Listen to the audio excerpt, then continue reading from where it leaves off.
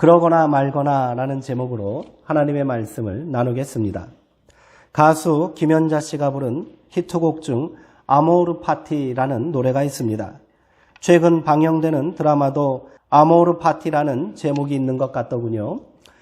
뭔가 근사한 말 같은데 그 뜻이 궁금해서 한번 찾아봤습니다. 이 말은 독일의 철학자 니케가 즐거운 지식 등의 저서에서 사용한 말입니다. 그 뜻은 라틴어 사랑을 뜻하는 아모르와 운명을 뜻하는 파티의 합성어입니다. 풀이하자면 운명을 사랑하라 정도가 될 것입니다. 뜻을 알고 나니 김연자 씨가 부른 노래의 가사가 새삼스럽게 다가옵니다.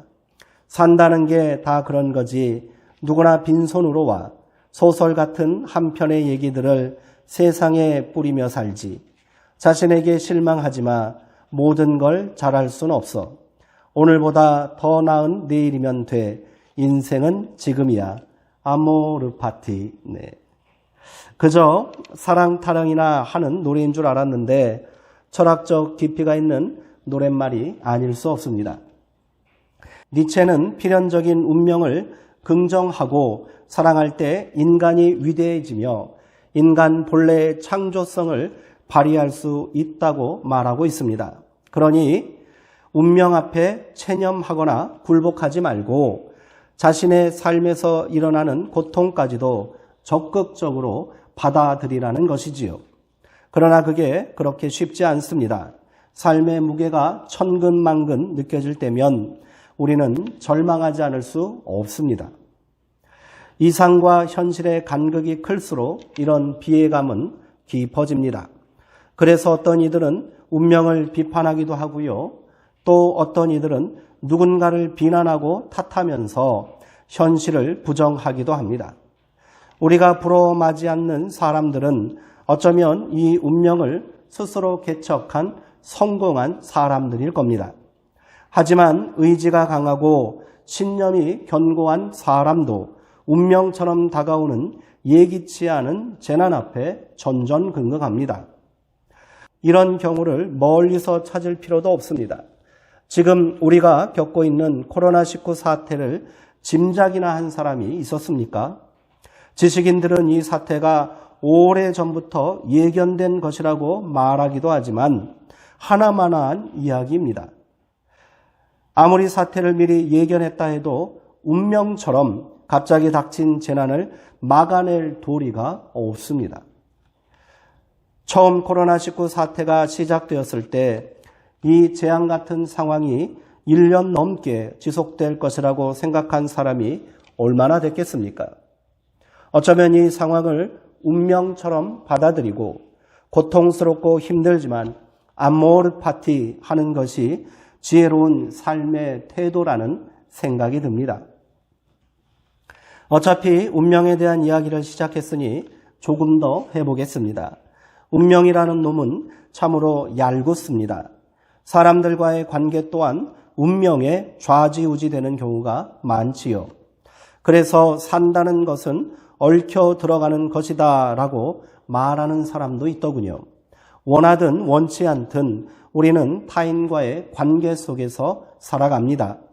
자기가 주도적으로 선택한 만남도 있고 자기 의지와는 상관없이 이루어진 만남도 있습니다. 그래서 싫든 좋든 내 의지와 상관없이 분위기에 휩쓸려 살아갈 때가 많지요. 이 또한 운명이라 할 수 있습니다. 그 운명이 내가 원하는 방향과 일치한다면 문제될 것이 없겠지요. 그러나 때로는 원치 않는 방향으로 우리 삶이 끌려가는 경우가 많다는 게 문제입니다. 아무리 발버둥 치고 피하려 해도 그 힘이 너무도 강해 그리로 휩쓸려 갈 수밖에 없을 때 우리는 낙심하고 절망합니다. 그게 우리의 인생입니다. 다양한 관계와 만남 속에서 자기를 잃어버리지 않고 산다는 것은 여간 어려운 일이 아닙니다. 꿈 많은 소년이 있었습니다. 아버지의 사랑을 듬뿍 받으며 어려움 없이 살았지요. 주변 사람들과 환경이 모두 자기를 위해 존재한다고 믿으며 살았습니다. 그 모습이 조금 과했는지 10명의 형들은 이 아이를 못마땅해 했습니다. 어느 날 형들의 곡식단이 자기의 곡식단에 절하는 꿈을 꾸었다고 말할 때는 화가 좀 났지만 아직 철이 없어 그러는 것이려니 했습니다. 그런데 또 꿈 이야기를 하며 하늘의 해와 달과 11별이 자기에게 절을 하더라는 이야기를 들었을 때는 이놈의 오만방자함을 그냥 두고만 볼 수 없다는 생각이 들었지요. 이 소년의 이름은 우리가 잘 알고 있는 요셉입니다. 성경은 그의 나이가 17살쯤 되었다고 하니 마냥 철부지 아이처럼 어리광을 피울 나이도 아닙니다.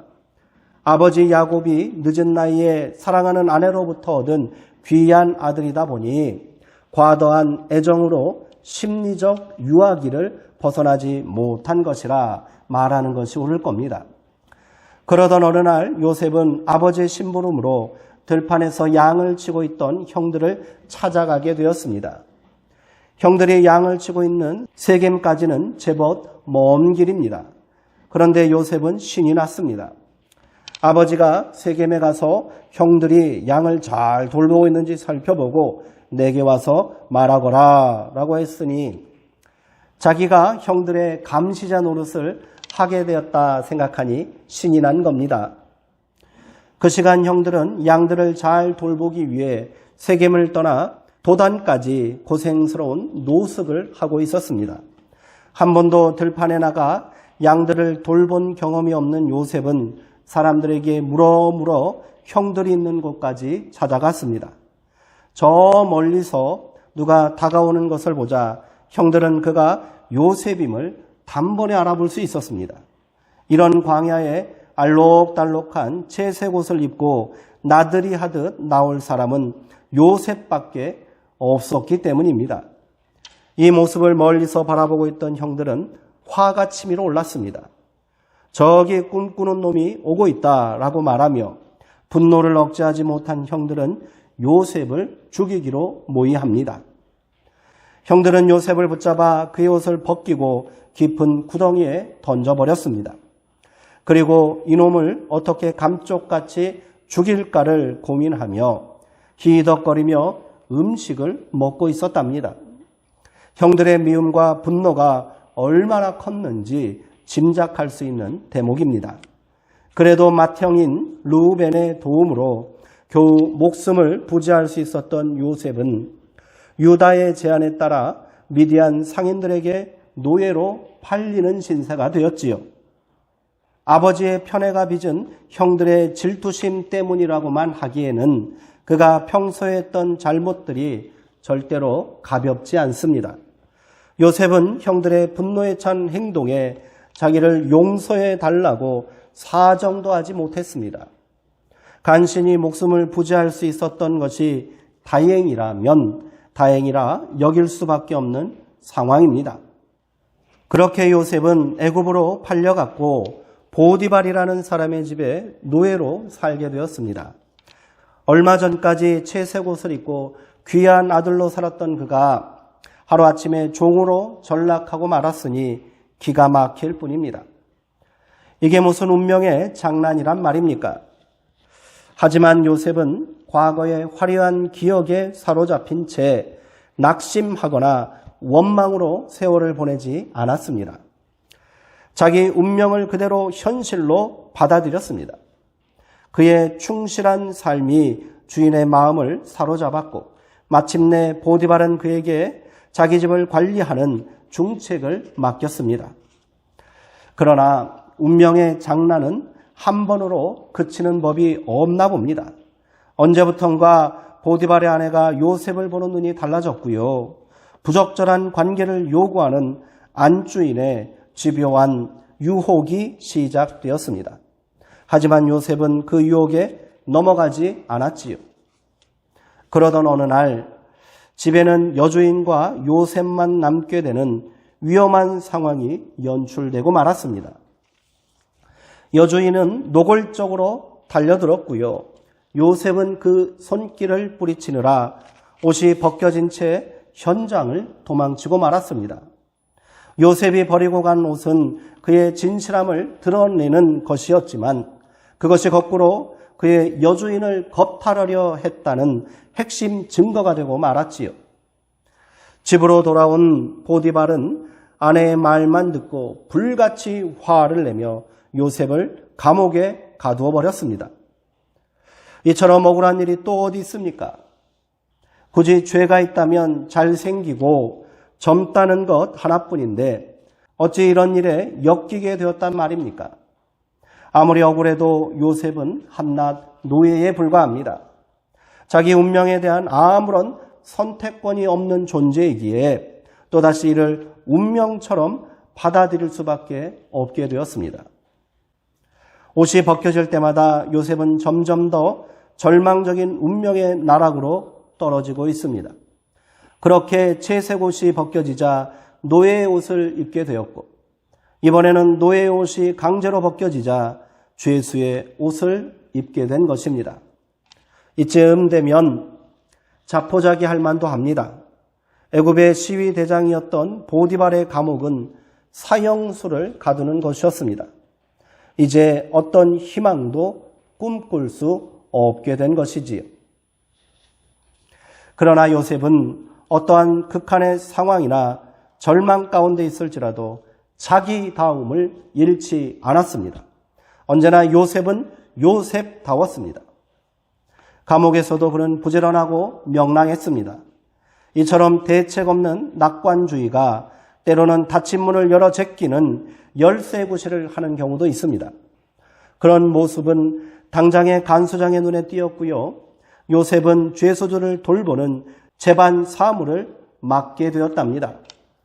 간수장은 그의 손에 맡긴 것을 무엇이든지 살펴보지 않았다라고 하니 그가 요셉을 얼마나 신뢰했는지를 잘 알 수 있습니다. 그런데 이 모든 일이 운명도 비껴갈 만큼 요셉이 낙관적인 성격과 부지런한 삶을 살았기 때문이었을까요? 성경은 그렇지 않다고 증거하고 있습니다. 성경은 알 수 없는 운명의 배후에 어떤 힘이 작용하고 있다고 말합니다. 창세기 39장 23절의 말씀입니다. 이는 여호와께서 요셉과 함께 하심이라. 여호와께서 그를 범사에 형통하게 하셨더라. 아멘. 하나님께서는 요셉과 함께 하셨기에 범사에 형통함이 있는 사람이라 그가 인정받을 수 있었고요. 그를 통해 은혜를 받게도 하셨습니다. 요셉에 대하여 이야기할 때 절대로 이 사실을 간과해서는 안 됩니다. 요셉이 정직하고 성실한 사람이었기에 사람들에게 인정받았던 것이 아닙니다. 요셉의 이야기는 꿈을 잃지 않고 끝까지 노력한 사람의 성공담이 아닙니다. 그러나 많은 신앙인들이 요셉의 성공담에 매료되곤 합니다.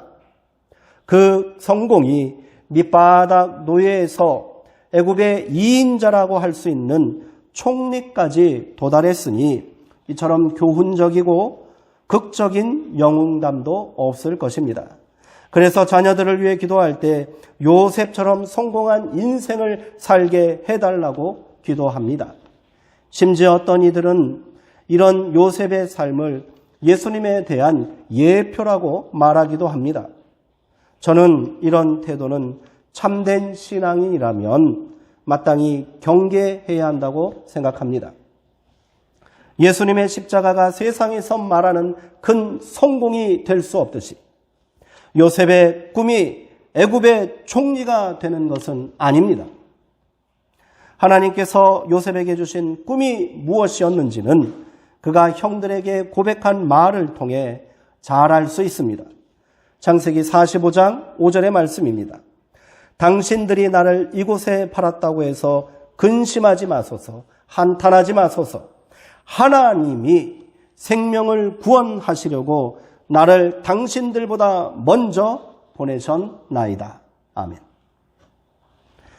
하나님은 요셉에게 만민의 생명을 구원할 꿈을 주셨고 그와 함께 하심으로 그 꿈을 성취하게 하셨습니다.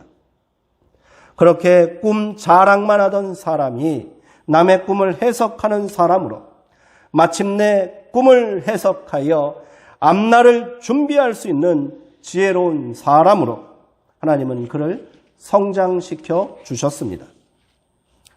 어쩔 수 없는 운명에 휩쓸려 절망할 수밖에 없는 상황에서 또다시 닥쳐오는 고난의 순간에도 결코 자포자기하지 않았던 이유는 그가 어떤 순간에도 하나님께서 나를 떠나지 아니하시고 나와 함께 하심을 믿었기 때문입니다. 신앙인도 운명 앞에 무너지고요. 또 다른 절망적 상황 앞에서 좌절할 수밖에 없습니다. 그러나 끝끝내 붙잡아야 할 삶의 원칙이 있습니다. 그것은 나와 함께 하시는 하나님을 향한 믿음입니다. 우리가 그 믿음을 포기하지 않는다면 하나님의 은총은 보이지 않는 손이 되어 언제든지 우리를 다시 일으켜 세워주실 줄 믿습니다. 앞으로 우리 앞에 또 어떤 불행이 불현듯 다가올지 모릅니다. 숨겨진 운명은 한꺼번에 자기 모습을 다 드러내는 법이 없습니다. 그렇다고 지레 겁먹을 필요는 없는 겁니다. 그때에는 또 다른 길이 열리게 되겠지요. 그러거나 말거나 우리는 믿음의 자녀답게 지금 이곳에서 내가 할 수 있는 그 일에 최선을 다하면 되는 것입니다. 예수님께서 말씀하신 대로 내일 일은 내일이 염려하게 하고 우리는 신앙인다움을 잃지 않고 오늘을 감사하며 살면 그만인 것입니다. 마지막으로 알렉산드르 푸시킨의 유명한 시 한 편을 읽어드리므로 오늘 설교를 마치도록 하겠습니다. 삶이 그대를 속일지라도 슬퍼하거나 노여워하지 말라.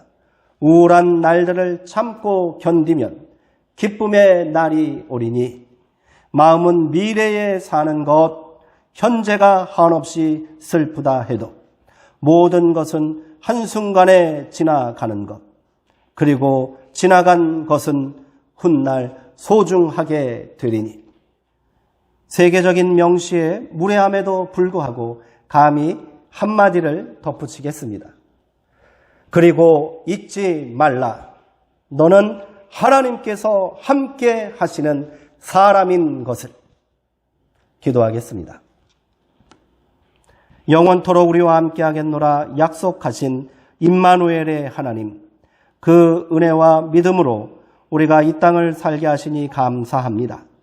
그러나 운명처럼 다가오는 절망의 순간 앞에 우리는 번번이 무너지고 맙니다. 예기치 않은 상황에서 갑자기 닥치는 고난 앞에 믿음마저 잃어버릴 때가 많습니다. 주님, 우리의 믿음 없음을 도와주옵소서. 어떤 순간이 닥쳐온다 해도 또 어떤 운명이 우리 앞을 가로막는다 할지라도 자포자기하거나 절망하지 않겠습니다. 하나님께서 나와 함께 하심을 한순간도 잊지 않게 하옵소서. 그렇게 우리도 생명을 살리고 구원하는 하나님의 꿈을 성취하는 믿음의 자녀가 되게 하옵소서. 예수님의 이름으로 기도하옵나이다. 아멘.